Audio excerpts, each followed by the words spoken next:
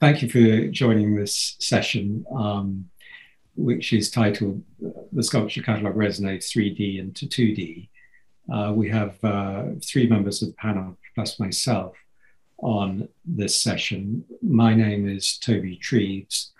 I run a publishing company that publishes CataloguesRaisonnés. So far, we've done 3, and we've got about another 4 or 5 to come. Of the ones which we've published so far, they've all been to do with 2D art, but amongst those forthcoming are 2 on sculpture, one on the sculpture of Barbara Hepworth and the other on that of Edoardo Paolozzi. So the questions and issues which are going to be raised in this session are ones which are in my mind, as they are of those others on the panel, who are Alex Ross, who is the managing editor of the Noguchi CataloguesRaisonnés online, Brad Epley, who is the co-director of artist documentation and conservation at the Manor, and Anne Gallagher, who was once my boss at the Tate, where she was head of the collection of British art, and is now working on the Rachel Whiteread CataloguesRaisonnés. So I will speak for about 10 minutes, and then we will go to Alex, and then Brad, and then Anne, and we will have a short discussion amongst ourselves afterwards. What I'm going to talk about is really some of the really basic things which I think are a particular challenge when thinking about how you're going to represent a 3-dimensional object in a format, either a screen or a page, which is basically 2-dimensional. When you're representing a 2-dimensional object on a 2-dimensional format, there's an obvious compatibility. But when you're dealing with a 3-dimensional object, there is a degree of incompatibility. And the challenge is how to best sort of deal with that problem. And what I'll do now is simply go through some of the main issues which I see, but you may well consider there are other ones as well, which would be terrific to know about, and you may also have some ideas of how we might tackle some of these issues that I flag up. I suspect that Alex has dealt with quite a few of them already on the Noguchi CataloguesRaisonnés. But let me first start with freestanding frontal sculpture. What I mean by frontal sculpture is sculpture which really presents a front and a back and perhaps a side view, but doesn't have that sort of continuous unfurling of form that you do see in some sculpture. And I'll be coming on to that in a minute. So the question here really is, how are you going to represent this in the CataloguesRaisonnés? There may be a principal view. In this case, it's the image on the left. But there is a back view. And how are you going to show that? Are you going to give it equal weight in terms of space visually on the page? Or are you going to make it a supplementary image, perhaps smaller on the page? And then in this case, if you just looked at the front and back view, you might form the wrong impression that this is a rather bulky sculpture. But in fact, as the side view shows, it's rather slender, and that's an important piece of information for your reader to grasp. So there's a strong case, I think, in this instance, of showing the side view. Now, when you're dealing with an online CataloguesRaisonnés, you have a format which is very capable of dealing with representing different views. You can just click through to them, and that's one of the great advantages of publishing these books online. If you're doing it on hard copy in a book format, then it really becomes a more challenging design issue, because the page can become really quite cluttered visually. And my experience anyway is that readers find that somewhat off-putting. And the last thing you want a CataloguesRaisonnés to be is off-putting. There's a vast amount of information. It needs to be presented in a visually attractive and seemingly easily understandable way. and cluttering up a page or a spread with lots of images can add to a sense of confusion. I think generally you probably just need to sit down with your designer and have a really good understanding of the nature of the earth that you're cataloguing to make decisions about this, and probably make the decisions quite early on. When you move on to another type of sculpture, then the problems really do begin to mount in rather a significant way. And this is what I'm talking about. This is a Henry Moore sculpture owned by the Tate. And Henry Moore is one of those artists who thought in three-dimensional form in an amazingly sophisticated way. And you could not say that Moore's sculptures like this really are frontal, in the sense there is not a clear front and back view, and that's all there is to it. As you walk around this sculpture, it really does develop in really surprising ways. The Tate at one point actually commissioned a piece of software that allowed you to pick this up effectively on your screen with your mouse, and you could sort of turn it and tilt it. And it was a rather amazing thing to be able to do.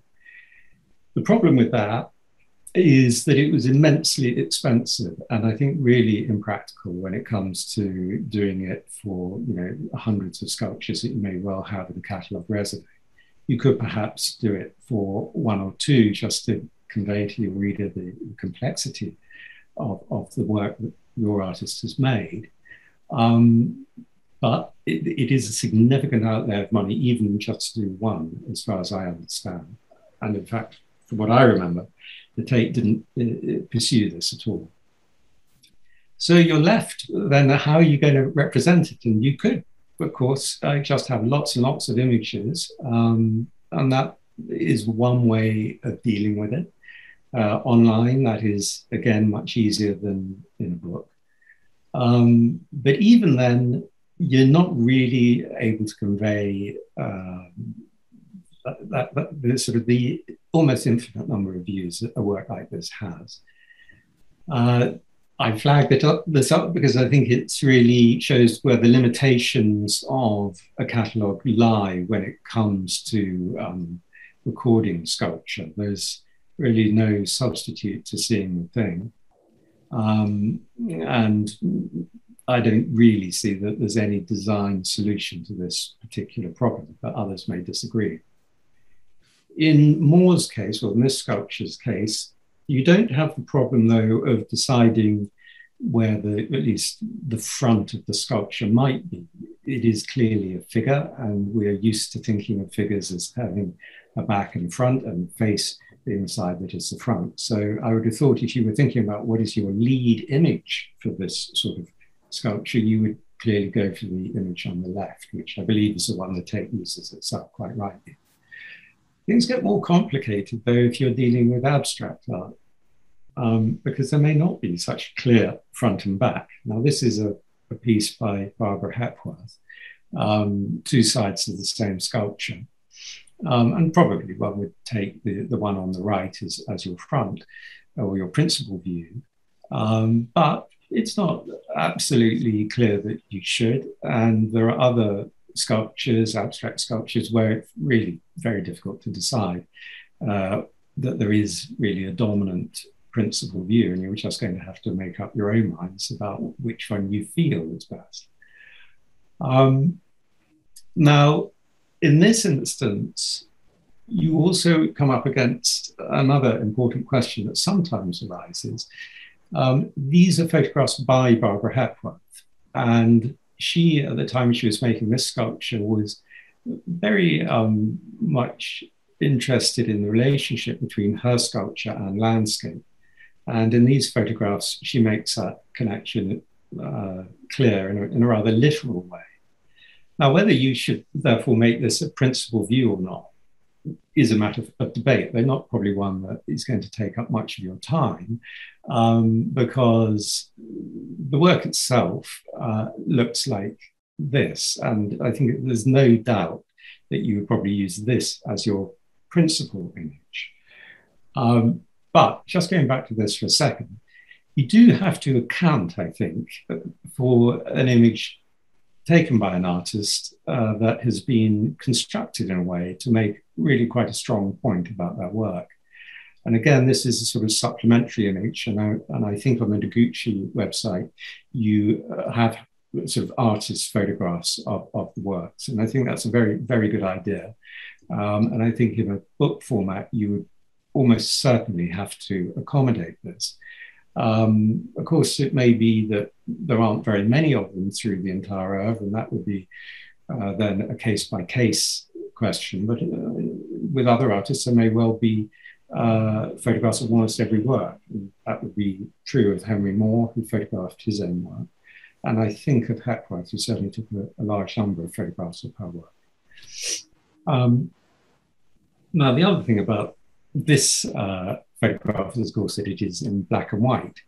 And there has been a sort of convention, partly driven by finance and partly by the wish to create a unified look to CataloguesRaisonnés, of presenting sculpture in black and white. I'd say that that was sort of the norm up almost to the 1980s, into the 1980s.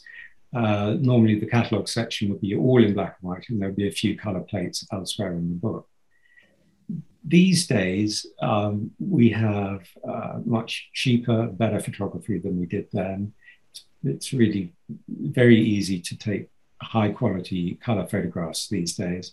We also have far better printing and cheaper printing for books and superb reprographics. So I think there is an overwhelming case for using color these days. I would say this is perhaps the one area where a book scores a little bit better than a screen. You can control color on a book in a way that you can't on a screen. Once you've done your reprographics of the book and you've spent the time and used a very skilled reprographics person and have gone on press, you then sort of fix the colors in perpetuity. On screen, there is a variation, a notable variation between screens, which, as far as I know, at the moment, you can't manage, or perhaps you can, but I don't have that software, and I don't know if others do.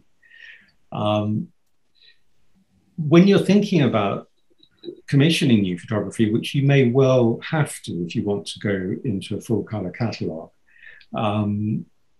you have a number of things to think about, not least your backgrounds and your lighting. There was a fashion in the 1980s and 1990s for really quite lurid and overly dramatic backgrounds for sculpture, blues and reds with strong shadows and such. But these days, you're looking at most commonly a sort of a neutral grey background, as you see on the left here. This is another sculpture by Eduardo Palozzi. And I think when you set out on your project, you really need to decide about backgrounds, because that's going to make quite a big difference to the look of the site or the book. To have lots of different backgrounds is a bit of a problem in my view. It makes for a slightly discordant look through the book. The good thing is with reprographics, of course, you can change your backgrounds. And even if you've inherited one of those sort of 1980s overly dramatized photographs, you can adjust them.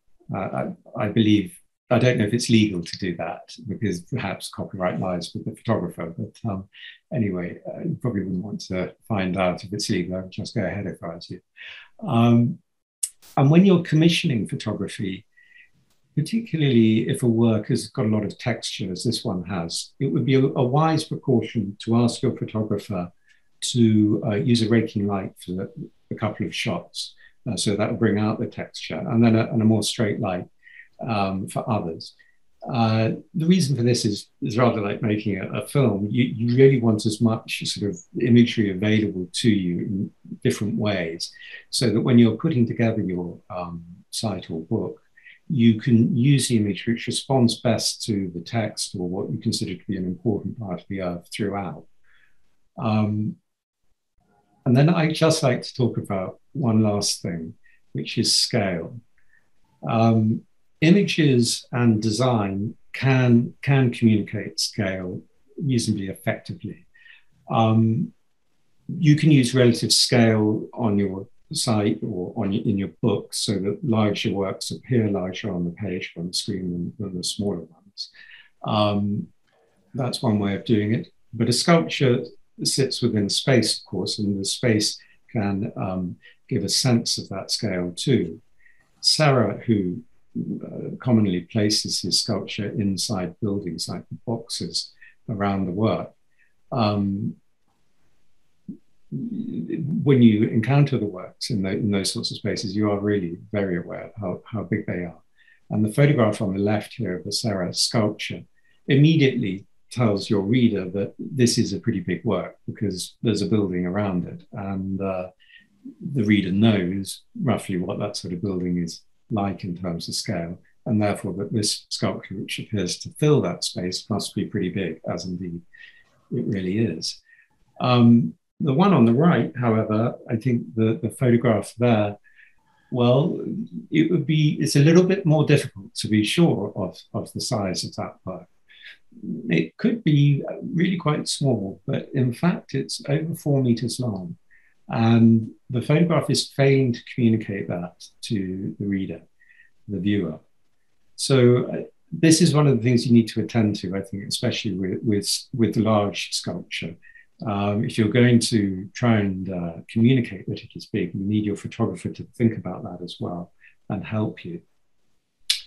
But there is one thing that no catalogue raisonné can do, and it cannot represent the most important fact of all. That is a limitation of books and screens and any virtual representation of a work of art. The one fact it cannot convey is the experience of being in the space with the sculpture, or indeed even looking at a painting on a wall. There is a relationship between you and the work, and that may be to do with the scale of the work as much as anything else, which you simply cannot replicate in any form of virtual representation.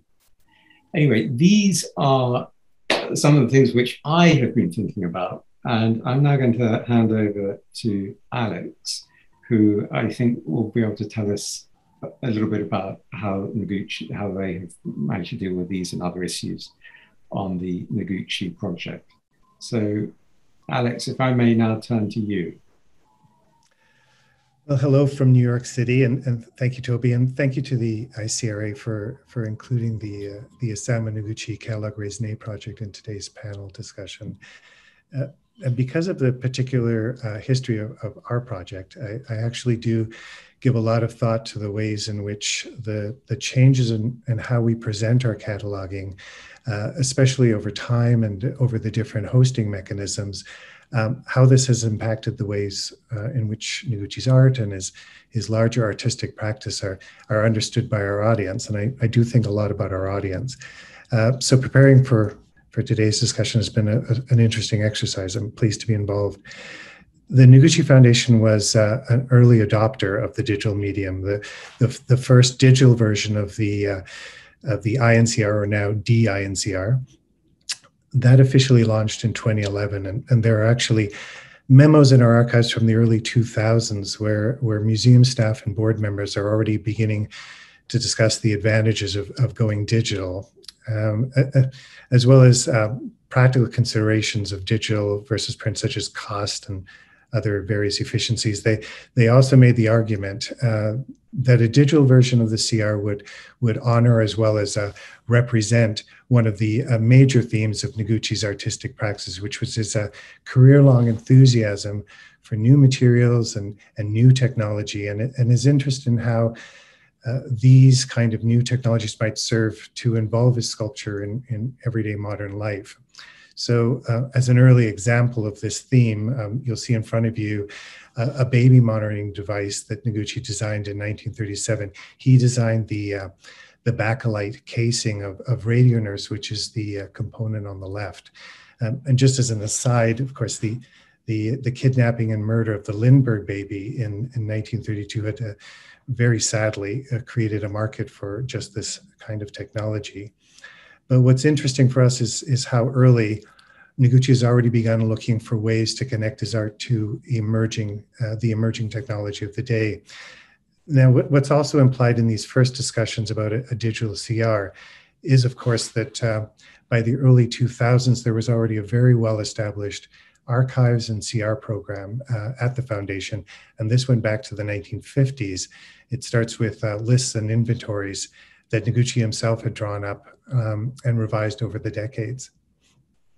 Now, these listings and a lot of additional research would culminate in the first official CR, which was published in 1980. And this is edited by Nancy Grove and Dan Botnick. Now, we're calling it now a kind of traditional print publication, traditional in quotes. But it's a remarkable achievement by any standards, and it continues to inform in a really fundamental way the way that we organize and present our research even today. And I'll say as an aside, these catalogs are actually now very rare. We only have a few copies ourselves. I think that the print run was under 1,000 or under 1,500. I've seen them offered at auction for a couple $1,000 if the condition is good enough. Now, Grove and Botnick had the benefit of access to the artist. They were organizing their research during the late 1970s. Noguchi would live another 10 very, very productive years. He died quite unexpectedly at the end of '88. So as a matter of practice, I'm very hesitant usually to make any significant changes to their cataloging without really compelling evidence. I would say that the great luxury of being part of a really fairly well-established CR project, and you could argue at this point that we've been, however informally, doing research for our CR for over 70 years. And much of that research has actually been available online for over 10 years. The advantage being that at this point, most of our procedures and protocols are fairly well defined. And we're now in the wonderful position of being able to spend much of our time actually locating artworks. There's a lot of things we're looking for. Now, we've tasked ourselves to confirm all our cataloging through on-site inspections. Anything we've not seen, especially since 2010, is presently represented in the CR by a placeholder photograph and tombstone cataloging. Now, unless the piece, and this is, I think, true for a lot of sculpture, unless it's coming to auction in New York City, it's rare for sculpture to come to us, especially the large stone sculptures, which means we're often traveling. As in the case of the work in front of you, this is frequently really a wonderful experience. And Noguchi's work is included in some amazing collections all over the world. This piece called Stone Embrace, which I cataloged a few months ago, was in the Hamptons, and my work was literally a day at the beach, bookended with a 3-hour drive at either end, but still pretty wonderful. Now, for time's sake, I'm going to focus on two related challenges in cataloging Noguchi sculpture work. And as Toby has already mentioned, this is, I think, holds true for modern sculpture in general. The first is, of course, that abstract sculpture, and it depends, of course, can be quite difficult to measure, if only because there's not always a primary view. Now, one of the fascinating aspects of Noguchi's art is that he had the gift of seemingly to be able to think in 3 dimensions. The result being that many pieces, such as Stone Embrace, change fundamentally as the viewer moves around them, and the so-called truth of the sculpture is actually quite consciously, I think, on Noguchi's part, elusive. Now, to avoid confusion, we've begun standardizing our measuring methods. I use a bunch of metal drafting tools that cause enormous problems at airports every time. This process is a little bit tricky, pretty laborious and time consuming, especially when you're working outside, and we often are working outside. But the aim ultimately is to document measurements that are, for us, consistently reproducible. And that's because we're taking a very long view of our work. We want these same numbers to come up if somebody measures it in 5, 10, 70 more years, which leads me to what I think is, Toby's talked about it at length, and I think we're all dealing with it. It's now become a major part of our work, especially online, is the commissioning of photography and that whole issue. Now, in the case of Noguchi's artistic practice, and this is from the very beginning, and we start his artistic career in 1924. Noguchi was already in the habit of having all his work photographed. Now, through his career, he ended up working with some of the most important photographers of the period, including, people like Bernice Abbott and Ralph Sterner, and even Man Ray at one point. So we're fortunate that we have photography, and in many cases, really wonderful photography of most of Noguchi's artistic output. Again, as Toby mentioned, a lot of these images are unfortunately in black and white. They're beautiful, and we'd love to be able to use them if they were higher res. They're black and white, and we actually don't always own the rights to them, and that's a big issue. So we've undertaken to commission color, high quality, high resolution digital photography for as many pieces as possible, and that we own the rights to. Now, in the case of the piece on the screen, this is Trinity. It's actually being offered this week as we're recording at Sotheby's. And the auction houses are usually very generous about their photography, to sharing the photography with us. And of course, they have the facilities to do a wonderful job. And here we have two views of the same work.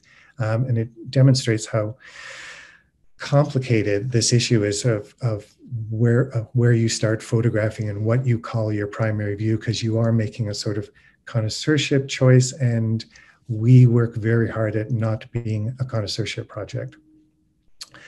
But for me, the challenge is with photography is, of course, finding that balance between a photograph that represents the work to its best advantage, but isn't too, and I'm going to use the word artful, and that has been a problem. And there's a couple photographs we inherited from institutions, very well-meaningly, are so artful, the work is barely recognizable. And I introduced this issue to photographers who are hiring as trying to find a balance between an art photo and a passport photo. Both are too much. Please find something in between, and it's working pretty well. That's an image that works pretty well. Even in the 8 years that I've worked with the project, the standard resolution of photography has been changing.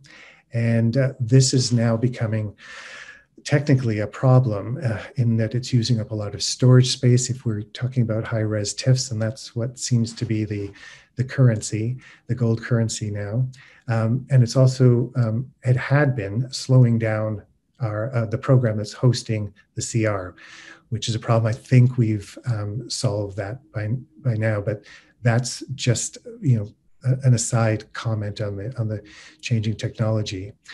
Keeping up with, or at least not slipping too far behind changes in technology, is always going to be, I think, a major challenge. But I wanted to end today's discussion with an example of where the digital format, I would argue, has been a real advantage for us anyway, for documenting Noguchi's artistic practice. In front of you is a detail of Noguchi's history of Mexico of 1936. It's a photo of part of a massive anti-fascist mural that he began carving in 1935, which is, I'll just remind you, 4 years before the outbreak of World War II, and 2 years before Picasso painted Guernica. Now, the structure of the mural was formed by carving concrete blocks with an axe, after which Noguchi sculpted the surface in pigmented cement. Now, it's located on the second floor of a workers' market in downtown Mexico City. Location. Until recently, it's been largely overlooked and even sometimes forgotten by scholars, which is really unfortunate. Now, a recent exhibition on the influence that Mexican muralists had on many American artists, including Noguchi, which was organized by the Whitney a few years ago, reminded and highlighted how important this particular artwork is. It's enormous. It's 8 feet high and 72 feet wide. It extends over 3 walls that are slightly angled to each other. There was actually serious discussion, because it couldn't travel, obviously, that we would maybe consider having a 3D print scan created that would then go on exhibition to New York. And this turned out, as Toby's mentioned, the technology isn't really keeping up, or isn't there yet, for better or for worse. Certainly not to work at this scale. But it was an interesting exercise, and to start thinking about where things might be going in terms of 3D printing of sculpture and imaging. These are all really interesting trains that are coming down the track at us. Now, what we did do ultimately for History Mexico was commission new photography. The sculptures Noguchi created specifically for public spaces like this one, and in fact, the public spaces themselves that he designed form a hugely important part of his artistic practice, and for a lot of reasons, certainly for the purposes of the CR and for our methodology. These works are very complicated to catalog. In the case of History Mexico, where the context of the surrounding room, the architecture of the room, is really essential to understanding the artwork, and certainly would have been very important as Noguchi was conceiving the artwork. We were fortunate enough to hire Rafael Gamo, who's a photographer that specializes not only in recording architecture, but also the space that's created by architecture, which is sort of a subtle distinction here that's really important when you're experiencing Noguchi's work, and as best we can to represent it in photographs. So this was a super complicated project. It took 3 days to work around the windows and the columns that you're going to be, that you should be visible in these slides. But the result is that we now finally, I think, have been able to document a hugely important work in a comprehensive way, and probably to a degree that would have been really almost impossible to record and represent in a traditional print CR. And I'll pass it on to Brad from here. Thank you very much for your attention. Thank you, Alex, very much. And thank you, Toby, and thank you also to Sharon for inviting me to join today's panel. My project may be a bit of an outlier in terms of the overall program for this conference, but I am grateful again to have the opportunity to speak. I am the chief conservator at the Menil Collection in Houston, Texas. I'm also the co-director of the Artists Documentation Program, or ADP, with its original co-founder, Carol Mancusi-Ungaro, who's the associate director for conservation and research at the Whitney Museum of American Art.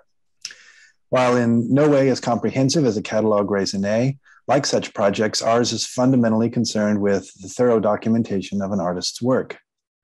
We document their thoughts specifically on materiality and conservation. What aspects of materials or condition are fundamental to the conveyance of intent, and what is fundamental to preserve, either through the continuity of original materials or the continuity of a specific condition or set of relationship between elements.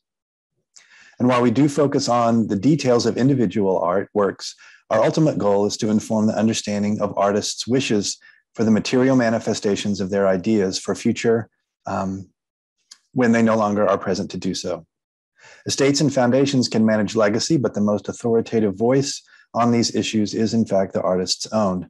Our goal is to capture it while we can, creating a sort of living will for the artwork or body of work.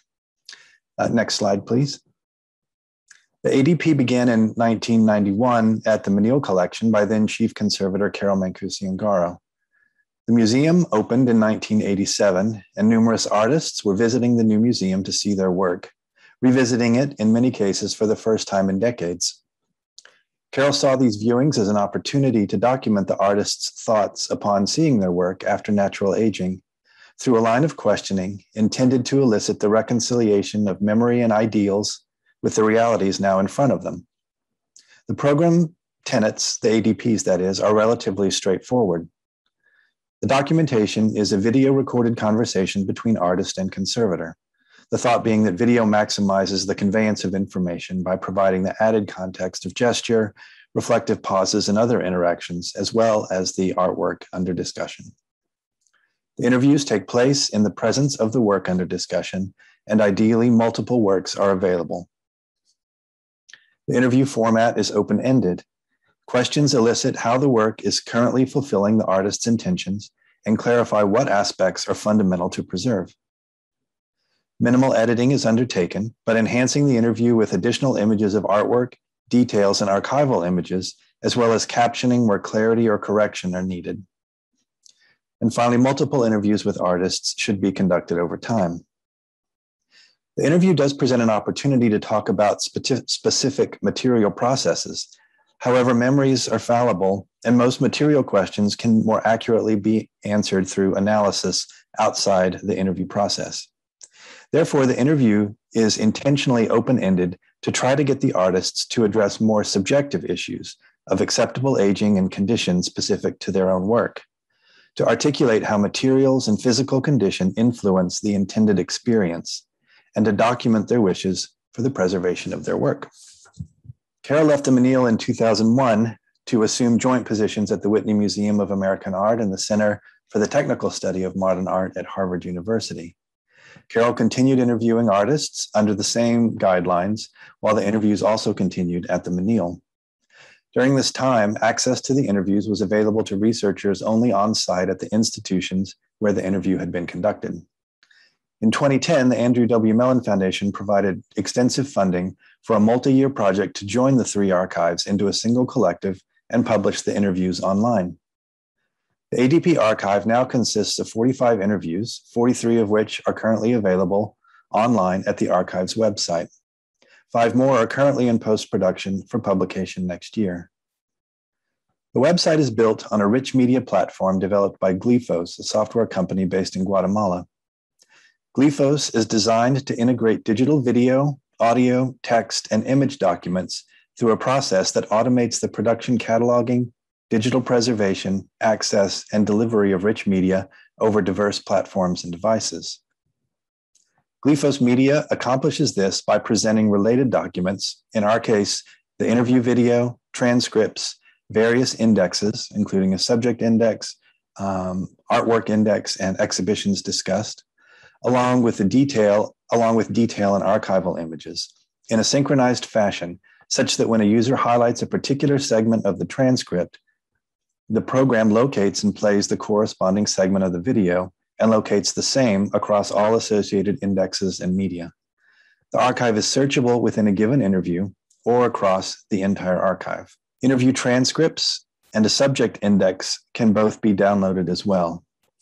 And additionally, we have a relatively comprehensive artist agreement that we have the artist sign prior to publication, which allows us to use in perpetuity and with modifications due to technology in the future, images of the artist's work with permission.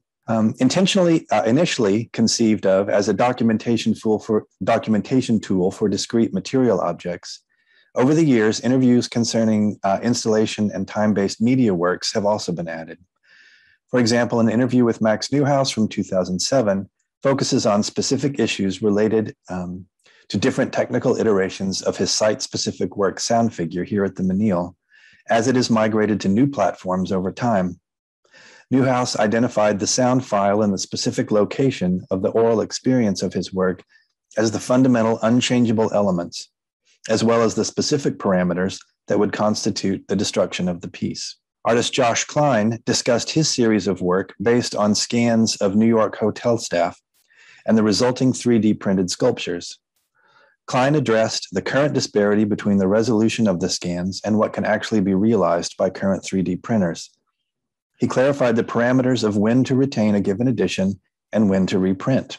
Richard Tuttle discussed the rationale by which he created and permitted exhibition copies of certain non-editioned works and provided an evaluation of their success in a given circumstance, namely when the original was too fragile to lend or its fragility conveyed unintended ideas. The artist Saul LeWitt undertook his 2005 interview with Carroll as a discussion of his sculpture and in anticipation of his wall drawing catalog Raisonné. For both bodies of work, LeWitt viewed traditional approaches to preserving original material as, and I quote, falsification of time. For him, the appropriate conservation of his wall drawings is the continuity of training in their execution, a cycle of destruction and reinstallation, rather than the continuity of the works themselves. He also outlined a framework for assessing when sculptures were in need of repainting and new fabrication. While I have used it here as a simplification, as we all know, the notion of original artistic intent is philosophically fraught. There are many stakeholders in the life of an artwork through its creation, exhibition, collection, and conservation. And intention as a concept is time and situation dependent for many artists and their work. Levels of material understanding and the acceptance of aging can change over the course of an artist's career. Therefore, the ADP also seeks to interview artists more than once to ensure both any continuity and change in their thought over time is documented. In response to this specific goal, several artists have been interviewed twice over the span of several decades. Mel Chin was interviewed in 1991 and again in 2014. The painter David Novros between 1997 and again in 2005. And the artist George Herms in 93 and most recently in 2017. While not a Catalogue Raisonnés project per se, obviously, I believe the program wish for including ADP archive on this panel was the following: to provide some additional context to working with living artists on their catalogs, how this fundamental information in the interview format and discussions around issues of condition and intent may be incorporated into CataloguesRaisonnés, how the ADP utilizes a web publication platform to connect and convey a range of related information, and to bring this additional archival source, the ADP, for material and conceptual information to the attention of this body of researchers. Thank you very much, and I'll pass on to Anne. Thank you, Brad, Alex, and Toby, and thank you, ICRA, for inviting me. I volunteered to go last in this panel because my project as editor of the Rachel Whiteread Catalogue Raisonné is at an early stage of its inception. This is a Catalogue Raisonné of sculpture only, and we're currently mapping out all available information on each unique and multiple three-dimensional work. We're using both digital and paper source material, including studio and gallery databases and available online resources, alongside printed books, catalogues, studio notes, and other verifiable material. Our current aim is to reach a stage where all provenance information on each sculpture has been cross-checked and anomalies discussed with the artist and any relevant parties to ascertain how much information is missing. From that point, we hope to agree a format for the Catalogue Raisonné and establish a timetable to complete provenance, condition and image checking, add exhibition and reception histories, as well as writing commentaries for individual and series of work.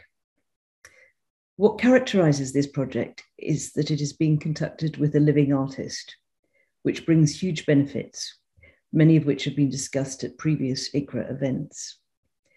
The most important of these is, of course, having the artist's opinion available on any uncertain issues, not least on design issues such as the optimum images to correctly represent a work. Apart from at the early stages of the artist's career, we are very privileged to have excellent photographic records, many of them digital.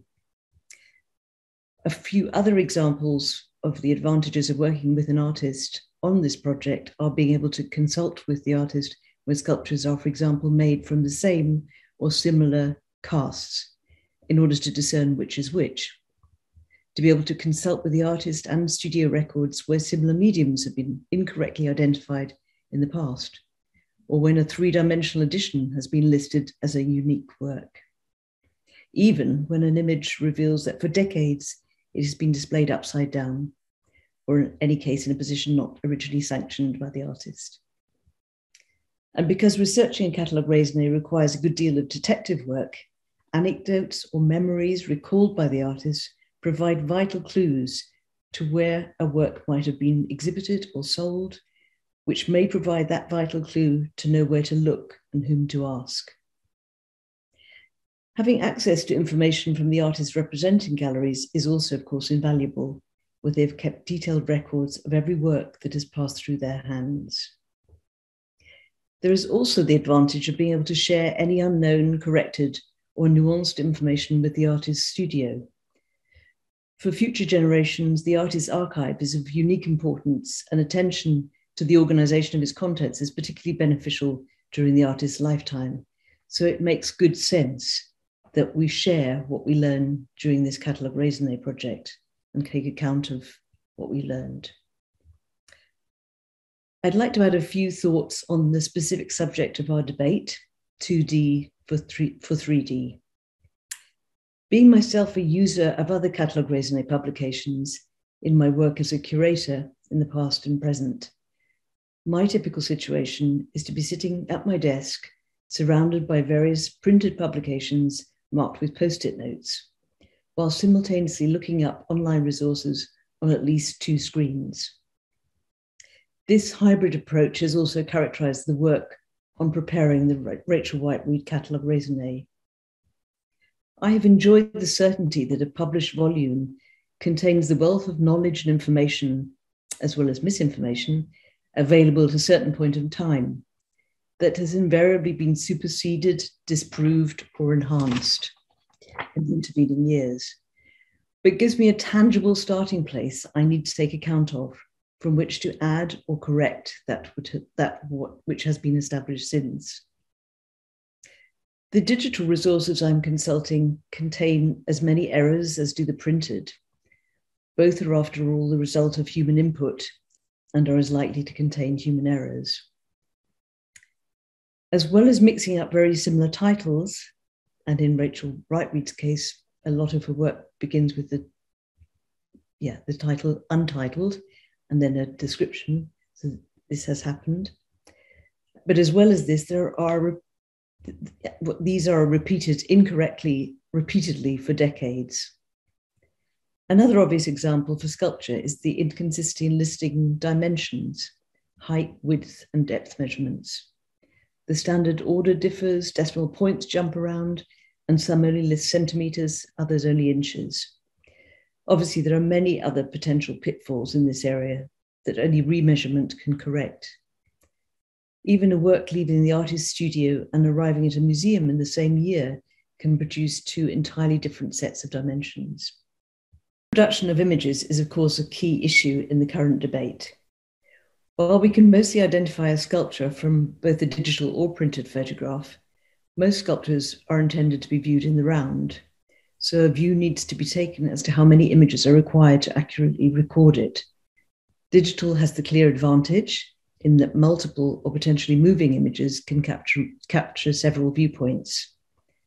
Smaller sculptures, however, can be recorded aesthetically and pretty accurately with 1 or 2 shots, larger sculptures with perhaps 3 or 4. Site-specific works dictate their location shots, but beg for different angles. But sculptures that have been included in various locations or within significant exhibitions add another layer of decision-making on how many images are required, since context provides so much additional information to the audience. While printed photographs are only ever as accurate as at the moment they were color-proof for publication, digital photographs are different on every screen they're viewed on. So I rarely trust the color of a sculpture that I'm viewing digitally. When you are dealing with multiple sculptural casts of very similar hues, that can be a major disadvantage and lead to a lot of confusion. So in summary, what is our current thinking on the format of the Rachel Whiteread Catalogue Raisonné? Here, working with a living artist has an additional advantage in that the artist is central to the decision-making, and Rachel Whiteread rather likes books. I think we are actually currently thinking just as hybridly as we have been as we've researched the project, in that all information must be recorded digitally and be accessible for the future. But the advantages of the book format, especially in terms of accuracy up to a certain point in time, and the suitability of the tactile nature of paper to record Whiteread surface texture and color, mean we're currently still favoring a paper format. Thank you very much. Well, I thought there were quite a lot of things which I personally would like to ask about, just because I think we're probably faced with some similar issues in general terms and then some specific issues. Brad, one of the questions I had for you was really about the interviewer and the interviewee, and the sorts of questions that you're asking, whether the interviewer needs to be an expert in the artist's work that the person that they're therefore going to be interviewing, or is it really they have to be an expert in the material that is under discussion? And do your interviewers go with a standardized list of questions, or is it a more organic conversation than that? I would say primarily the focus in terms of preparing for the interview, we all try to become as rapidly as possible within the given time frame. Some of these interviews, we have to capitalize on the opportunity of an artist being there, and so we have less time to prepare. But for those where we are able to, it's really, the focus is a little bit less on the specifics of the material and more on the artist and their career and their works, and so that we can have a more kind of comparative discussion. And again, we also try in the course of researching for these to, we don't really have a standard set of questions. I think we kind of have these guiding principles where we do want to ascertain their ideas about long-term preservation and identifying the kind of core components of a given work. But otherwise, we try to tailor the questions to the artist's different sensibilities in terms of a lot of them maybe work in a workshop environment, and they have less actual specific hands-on experience, and it's more conceptual. Others are very hands-on, and so we understand the materials very specifically, and so we try to tailor our questions to the way those different artists work. Yeah. So I could just sort of move that on to Alex and Anne. The sort of information that Brad's team is gathering, is that information that you would want to see then extended to your own entries for the sculptors that you're responsible for? Anne, do you want to start on that? Yeah, I mean, obviously in talking about reception histories, some of it is available in printed form, yes. But when you're dealing with a living artist, commentary from living commentators is also a possibility. So I think it's something we'd consider. And for conservation, from the point of view of sort of conservation discussion, is that something that you would consider having a section on conservation of works in your entries? We would certainly consider if there have been changes in condition that were notable. Yes. But I think given that the artist is such a hands-on maker, she has very strict ideas of her own on the condition of the works and how they came into being as in the form they're in.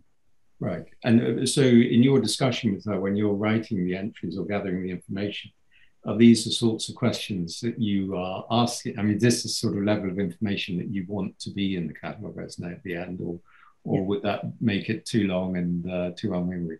Well, those are the sort of issues that we are still discussing. Right. And so, Alex, when it comes to Noguchi, what's the situation there in terms of these sorts of documentations of the conservation history of the works made by him? Well, we're in a sort of unique situation in that we have a well-established archives, and it belongs to the museum, and we're functioning under the museum umbrella. The CR is the CR was the initial project and sort of the window into the archives, and now it's actually almost through our website. You'll see it's almost the opposite. That's generally a good thing. One of the things I've been doing over the last couple of years during the new upgrade of the whole site and the whole museum site is take things out of the CR that were only there originally because there wasn't a really robust archival access digitally. Now, conservation and all of those changes in condition, yeah, I struggle with that, and especially because we have an ongoing issue, and those of you in London will get a chance to see it. For instance, a lot of the public spaces have been dismantled. And famously, 666 Fifth Avenue, which was this truly remarkable space in an office tower that was dismantled over time to the point where when the lobby was being completely remodeled, there was almost nothing left of Noguchi's original artwork. So how does that get represented in the CR? What eventually happened is that the museum and the foundation were given the parts that remained. Those parts, the ceiling and the waterfall, were enormously complicated to take apart and to store and to ship. They will actually be in part reinstalled at a White Cube, a branch of White Cube in London for anybody to see it. And I highly recommend. It's quite amazing to think about. But, what does the CR do in that case? And right now, what we do is show the original photo of what the original conception was, and everything else is sort of archival, back behind the scenes notes and photographs and things like that. But the official face of the CR is that the work no longer exists. If anybody wants to follow up on that, of course, parts of it do exist and are moving around in the world. So it's complicated with Noguchi, and I think with every artist, they have their, obviously Rachel Whiteread, the complications that are particular to that artist and their methodology and their artistic practice, especially over time, is so individual, and there's no real standard methodology, I think. Yeah. Could I ask you also, Alex, and I guess this would be something for Anne as well, more than Brad, is that you talked about the photography of Noguchi's work and that you are commissioning new photography. Just on a really practical level, are you using the same photographer, or are you using photographers around the world as you can find them? Yeah, that sometimes it's driven by cost. In the tri-state area, and it depends a lot. I'm not hesitant at all to hire somebody new. It just is, I'm asking frequently for somebody to come into a private home. So I kind of prefer working with somebody I know.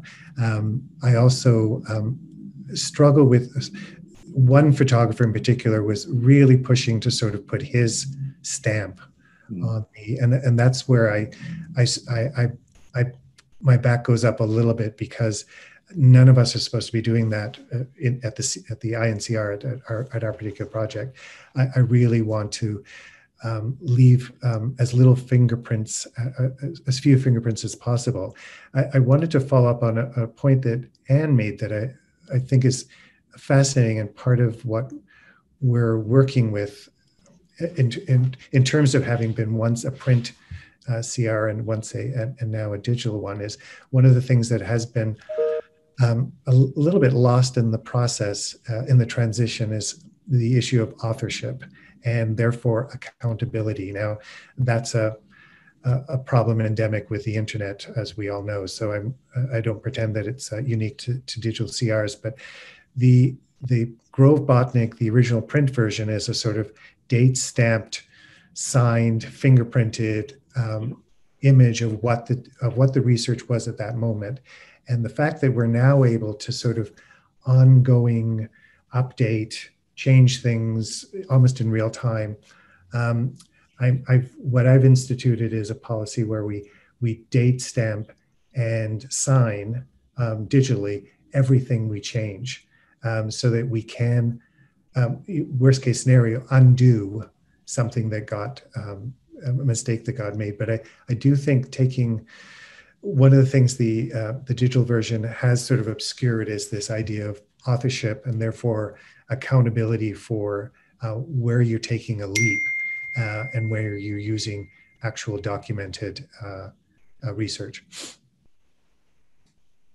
And I completely agree with you with that. And I think we're coming across exactly the same thing, that where there are differing points of view, they are dated. And if a decision is made about which is correct, it also is recorded. Mm-hmm.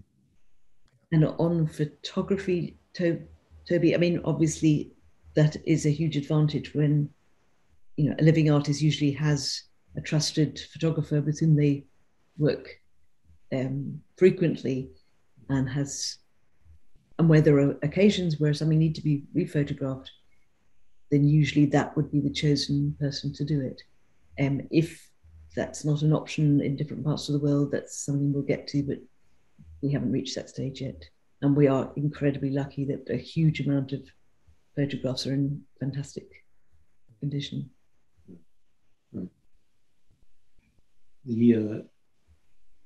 Just getting back to what Alex was talking about in terms of authorship and the interesting questions that publishing online, where you have basically a dynamic text that can be updated constantly.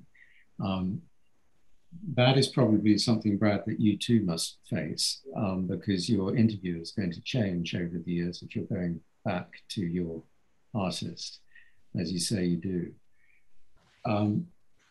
One of the things which I was interested in terms of your project was the editing of interviews and how that's undertaken. Can you just tell us the process there? Once the interviews happen, then what happens in terms of editing? Sure. So once the interview is completed, usually it's the conservator who has undertaken it that knows the most about that particular artist's body. And so we don't want to eliminate information, and we tend not to reassemble the footage or the sequence in which discussions take place, because in large part the sequence feeds a better understanding perhaps of why answers were what they were. So we really just focus on adding B-roll, so details that illustrate particular points, captions if perhaps an exhibition was misstated or things like that, or we also do add captions for all exhibitions and artworks, and include images where we can, and archival images. So we try to make it as rich a presentation as we possibly can. We also, just in terms of subsequent interviews of an artist, we keep on the website or in the archive each interview, depending on the date. If we come and do a subsequent interview 10 or 20 years later, that's an entirely different interview. They're connected and searchable across each other, but they are deemed as independent things. So. And does the artist receive a transcript of the edited text and then have an opportunity to comment on it and amend it accordingly?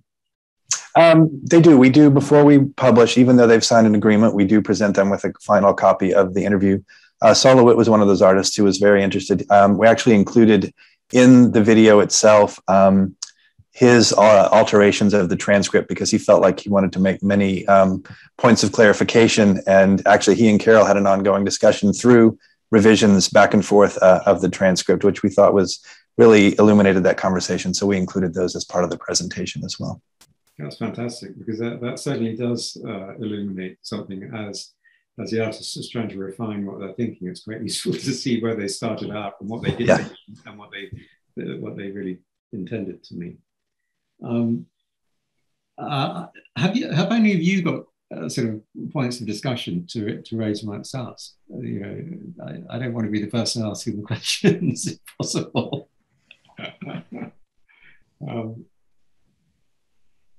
Anything? No, I'm just learning from everybody. Okay. Everyone's so much further ahead and knows so much more than me. Well, the measurement thing is a really difficult issue, isn't it?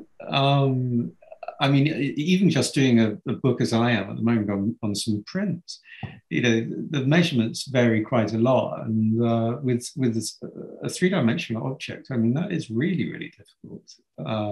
And what do you do in that instance? But I think the difficulty is that a different person has measured it every single time. Sure. And everyone has transcribed it differently, and things have got completely confused by mistakes. Yes. And very often, yeah, you're lucky. In my case, you can go back to the original measurements and can find that they were actually correct. Or you just need to start again and remeasure. Is that what you're doing? Are you remeasuring everything? I mean, I have done that many times in my career when I've been making a catalogue entry, and I find 20 different dimensions, and the work is actually in the galleries. Right. I actually go down with the tape measure and check. And what are you measuring to the nearest centimeter, inch, 3 inches, 10, I don't know. I mean, with prints, I decided I'll go, the nearest centimeter actually, because things are so far out in some instances. But there's an actual variation across an edition anyway, in terms of paper, that it can change its dimension according to atmospheric conditions. But when you're dealing with a large sculpture, I mean, what's your margin of tolerance on that? Well, I think a centimeter or even half a centimeter is fairly standard. Really? Even if something's like 10 foot high? You're kidding. That's astonishing. Yeah. Is that the case? Is that what you're following with Noguchi as well? Yeah, it's interesting. My predecessor, Shana Lerve, who developed the system, she once just looked at me on the hottest day of the year. We felt like we were measuring a stone on the surface of the sun, and she just said, "Yeah, I'm there's a 1/60 of an inch here, probably, that I'm wrong, but I don't care." So she stopped us at 1/8 of an inch. We're still imperial here, and we offer the system that we have translates it immediately to centimeters. But what's interesting in the case of Noguchi is you'll walk up to it, and some of the works I showed, you would think, you just made it up as you went along. And what's interesting is how often it evens out almost exactly. That's when I get a little bit worried. He's frequently working with a remnant piece of stone that was probably a standard piece.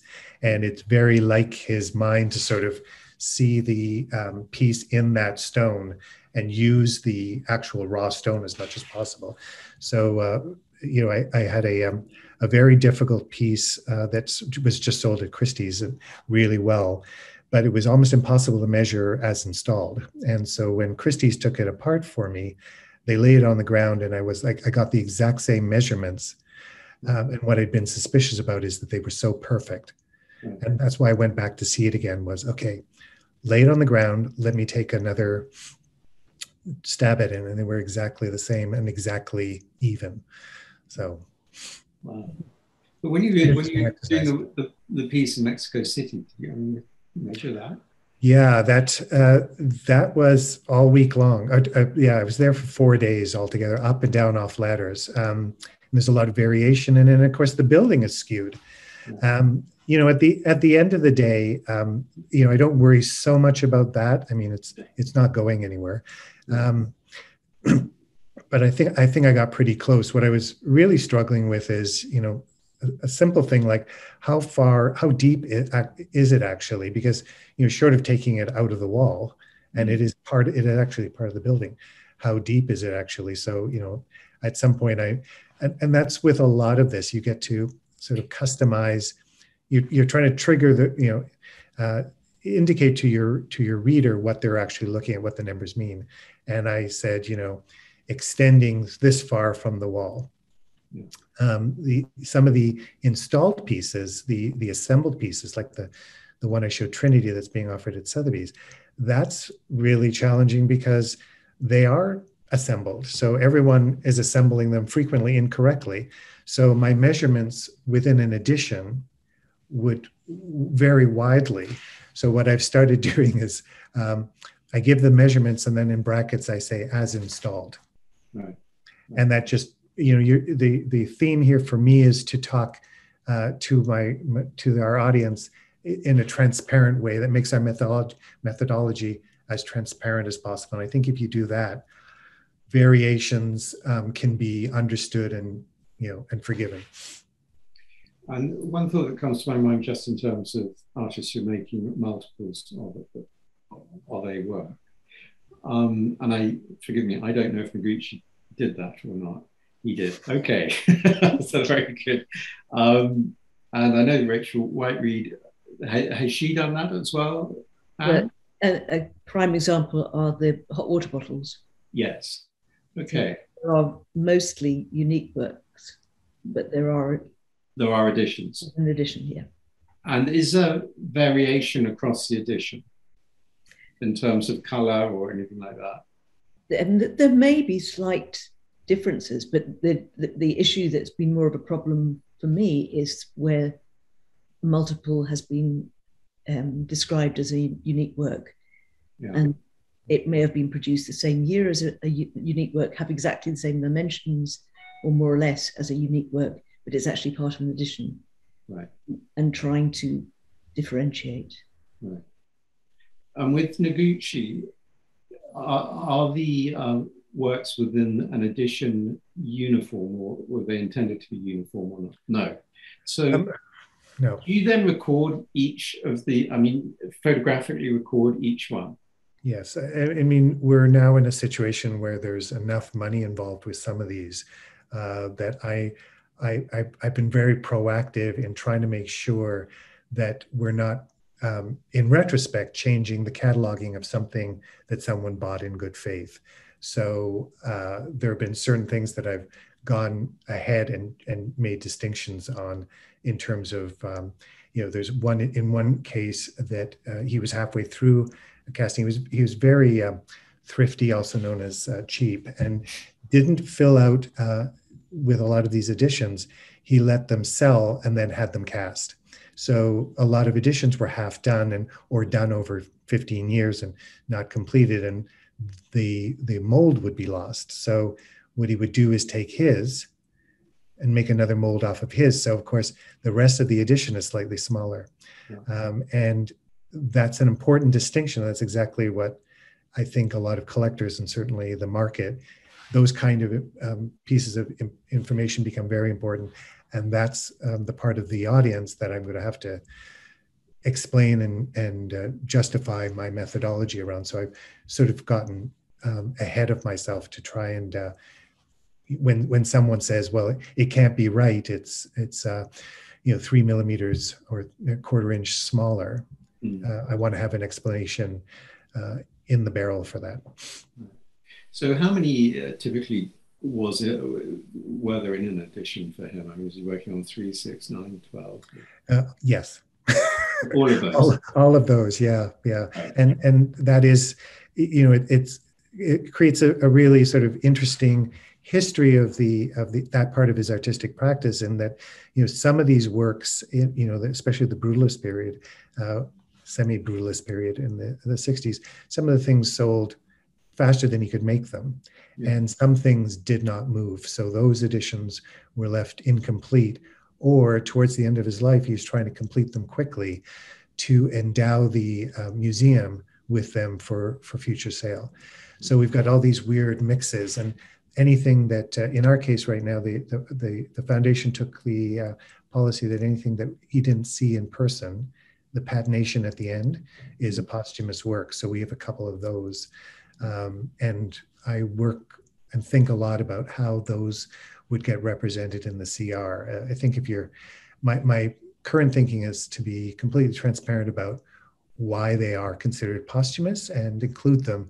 I have a larger concern because we are dealing with a more mature artistic body of work, that the CR isn't used to sort of create a black market or a shadow market of things that didn't make it into the CR for whatever reason, but are being traded quietly. I'd rather be upfront that we know about them, and this is the condition under which they're included in the CR. As I said earlier in my presentation, I really do think about this a lot. Yeah, I bet. Sorry, I think we're going to have to wind up here, but can I just ask, just follow up on that? Are you then, say you have a sculpture for which there are an addition of 6 and that he casts 6, okay? Are you then reproducing each one of those 6 in the CR? Most of the works I'm thinking of right off the top of my head were cast off of an original stonework. The assembled slate pieces, for instance, that Noguchi realized too late couldn't travel because they were always breaking. So they were in such demand that he had them cast in bronze, and that was the original motivation, and for money to endow the museum. So what we do is there's the front tile you'll see is the original work, is the original concept.